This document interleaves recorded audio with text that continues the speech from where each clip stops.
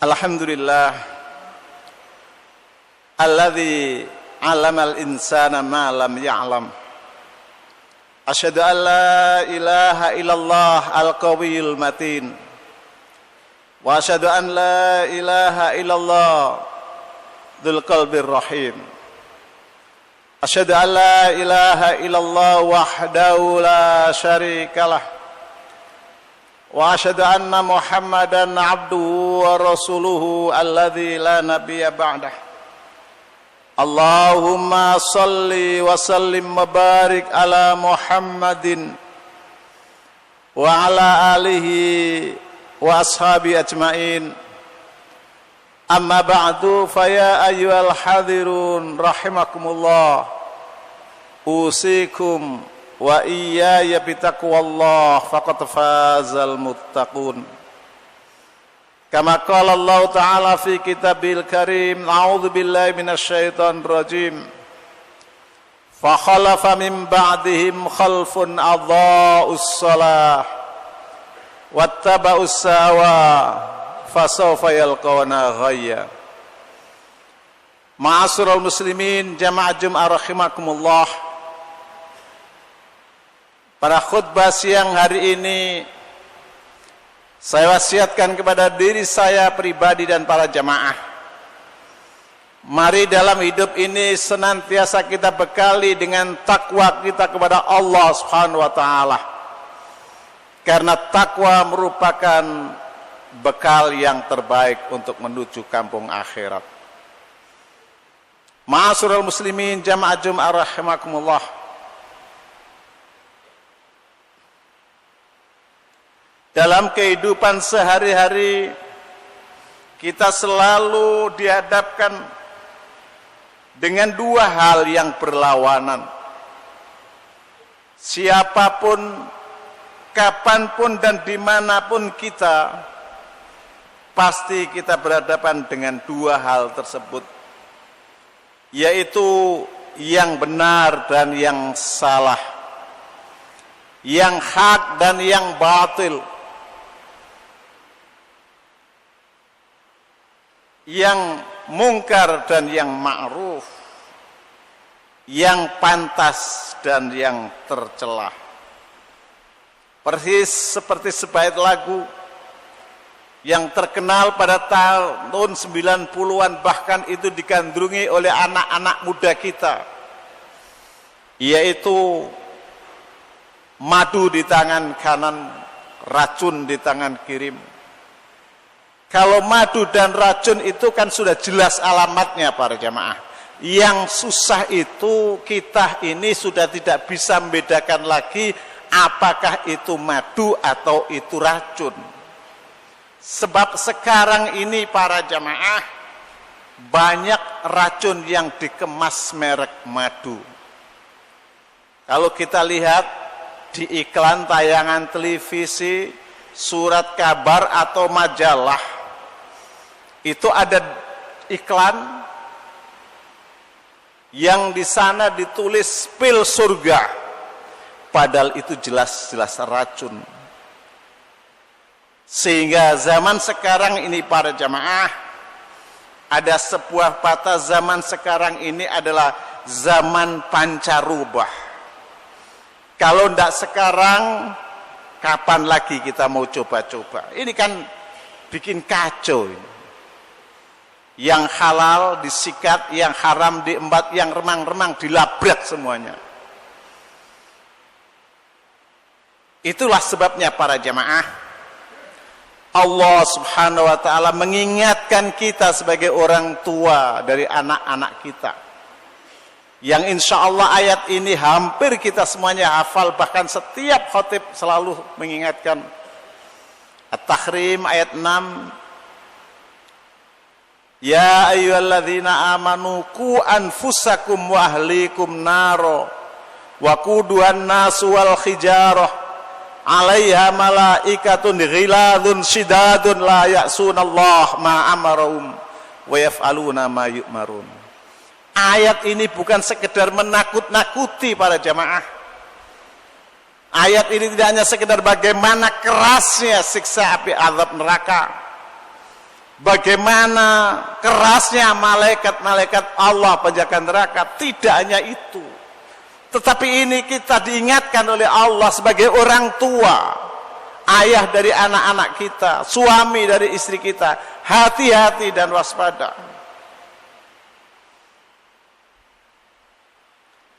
Sehingga karena kehati-hatian itu akan pesan Allah ini, zaman dahulu orang tua kita yang mencari ilmu tidak segampang seperti sekarang ini. Mereka dapat ilmu kalau ada pengajian yang akbar, pengajian yang diadakan penyelenggara panitia itu jauh didatangi, bukan ustadznya, bukan ustadznya yang datang, tapi didatangi ustadznya. Sekarang ini malah jamaahnya didatangi ustadznya. Apa yang didapat sedikit tapi betul-betul dilaksanakan, sehingga di masyarakat pedesaan dulu itu yang namanya yang punya anak perempuan itu, kalau sudah datang pelamar, seorang pemuda datang, orang tuanya datang melamar anak gadisnya, pertanyaannya tidak neko-neko yang ditanyakan itu. Pertanyaannya satu, berapa kali khatam Al-Quran? Pertanyaannya itu yang ditanyakan. Kelihatannya sepele, tapi ini adalah bekal pertama kali, karena akan melahirkan generasi penerus kita. Pangkalnya yang diutamakan itu. Apapun motifnya, itu satu kebanggaan buat orang tua. Bahkan besoknya menikah, malamnya itu diundangkan tetangga kanan kiri masyarakat. Si laki-laki disuruh ngaji di depan para jemaah. Coba. Ini tes pertama kali sebagai kepala rumah tangga yang akan mengaruhi bahtera rumah tangga, membawa kapal berlayar. Pertanyaan semacam ini sekarang ini langkah para jemaah, bahkan dianggap aneh. Pertanyaan yang biasa adalah, suhulnya di mana? Sudah punya rumah? Berapa mas kawinnya? Pertanyaan hanya suhul untuk kehidupan dunia. Padahal Allah menjamin, iyakunu fuqara yuhnikumullah. Kalau dia sekarang ini miskin, Allah akan memberikan kekayaan pada dua calon pengantin itu, dengan catatan bertakwa kepada Allah. Wa may yattaqillaha yaj'al lahu makhraja wa yarzuqhu min haitsu la yahtasib. Wa may yattaqillaha yaj'al lahu makhraja wa yarzuqhu min haitsu la yahtasib.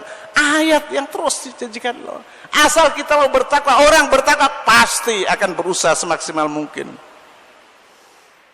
Sing soro iku wis gak nyambut gawe, males bodoh pisan, Pak. Gak bertakwa, sudah mau jadi apa para jemaah? Ini mari kita yang sayang dengan anak-anak kita, generasi penerus kita, sebagai penentunya itu kita, mewarnai jadi anak kita jadi apa itu kita. Anak-anak kita yang perempuan mulai kecil dirawat, dididik, terus kita penuhi kasih sayang dengan sangat luar biasa. Pada saat kita serahkan kepada seorang laki-laki yang akan melahirkan generasi penerus, kenapa tidak kita tes terlebih dahulu?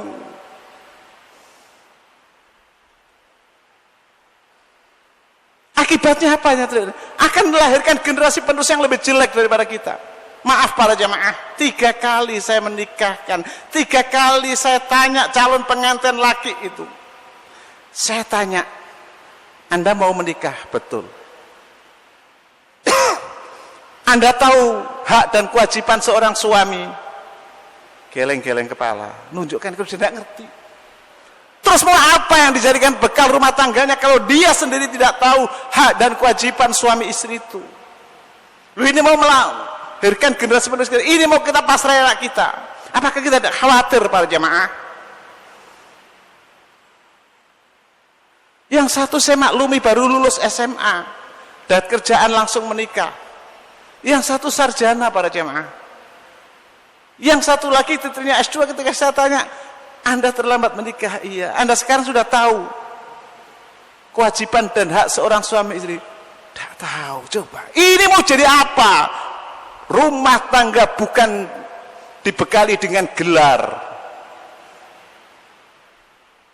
dengan pangkat dan jabatan, tapi rumah tangga perlu dibekali dengan landasan din yang kuat. Ini kelihatannya sepele para jamaah, tapi ini menjadi hal yang paling mendasar.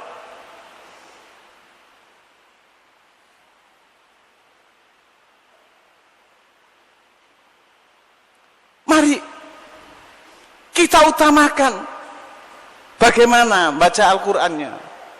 Kalau Al-Qurannya sudah kita tidak tes, apalagi sholatnya. Ngajinya sudah kita nomor 18 kan. Sholatnya sudah, Allah nanti urusan sholat.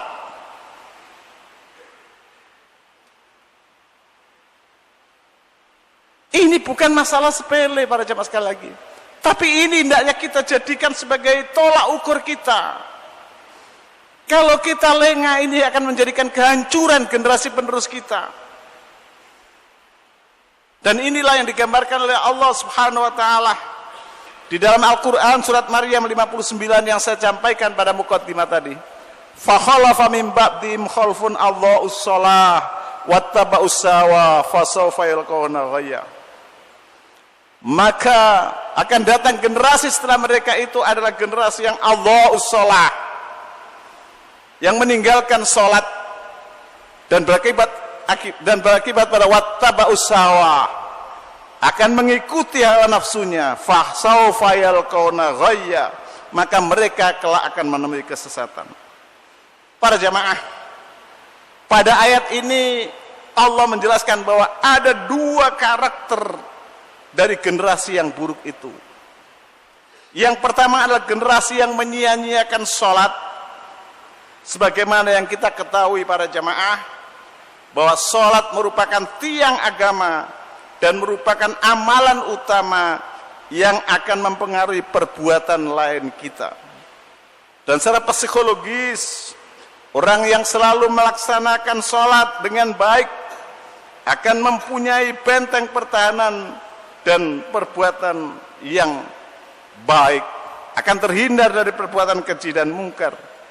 Hal ini adalah akibat dari adanya ikatan batin yang sangat kuat antara seorang hamba dengan Rabbnya. Inna sholata tanha anil fakhsya'i wal munkar. Al-Ankabut ayat 45. Kemudian generasi yang buruk yang kedua itu adalah generasi yang perturutkan hawa nafsunya. Kemana hawa nafsunya cenderung, kesitulah ia berjalan para jamaah. Generasi yang semacam ini tidak peduli lagi apakah itu halal atau haram, dosa atau berpahala, yang penting kemauannya tercapai. Generasi semacam ini akan membawa kesesatan hidup di dunia dan di akhirat. Mudah-mudahan Allah Subhanahu wa taala menjauhkan diri kita dan keluarga kita dari karakter generasi yang buruk tersebut, yaitu generasi yang menyia-nyiakan sholat dan generasi yang memperturutkan hawa nafsunya. Barakallahu li wa lakum fil Qur'anil azim wa nafa'ani wa iyyakum bima fi minal ayati wa dzikril hakim. Aqulu qouli hadza wastaghfiru innahu huwal ghafurur rahim.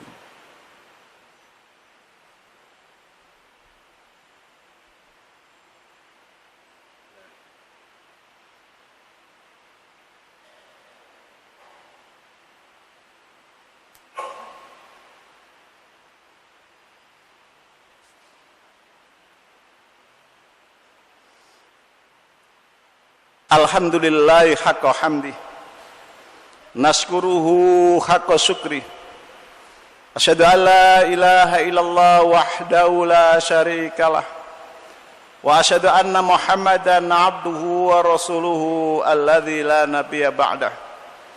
Ma'asyiral muslimin jamaah Jumat rahimakumullah. Dari khutbah yang pertama tadi, jelaslah bagi kita sebagai orang tua dari anak-anak kita bahwa dalam mempersiapkan generasi penerus itu diawali dari lingkungan keluarga. Keluarga sebagai lingkungan pertama dan utama bagi pertumbuhan seorang anak menjadi faktor terpenting yang mempengaruhi watak dan perkembangan psikologisnya.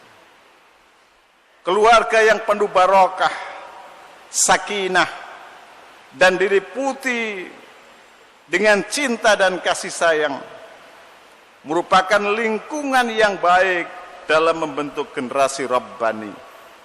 Sebaliknya, keluarga yang kurang harmonis akan melahirkan generasi-generasi yang lebih jelek dari yang sekarang ini. Untuk itu, kewajiban kita sebagai orang tua, marilah kita menjadi contoh, menjadi tauladan yang baik buat anak-anak kita, sehingga generasi yang lahir dari kita akan menjadi generasi yang lebih baik dari generasi kita, dan generasi penerus kita akan lebih baik dari generasi kita yang sekarang ini. Innallaha wa malaikatahu yusholluna 'alan nabi ya ayyuhalladzina amanu shollu 'alaihi wa sallimu taslima. Allahumma aftah jihatan fi biladina wa fi kulli makan.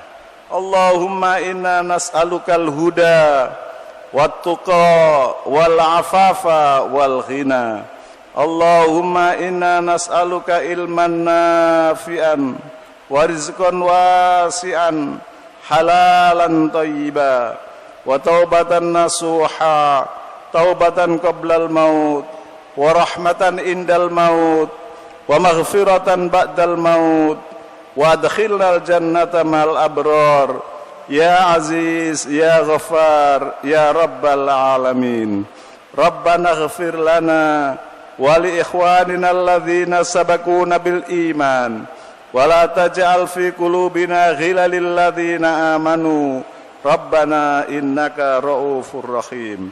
Rabbana hab lana min azwajina wa dhurriyyatina qurrata a'yunin waj'alna lil muttaqina imama.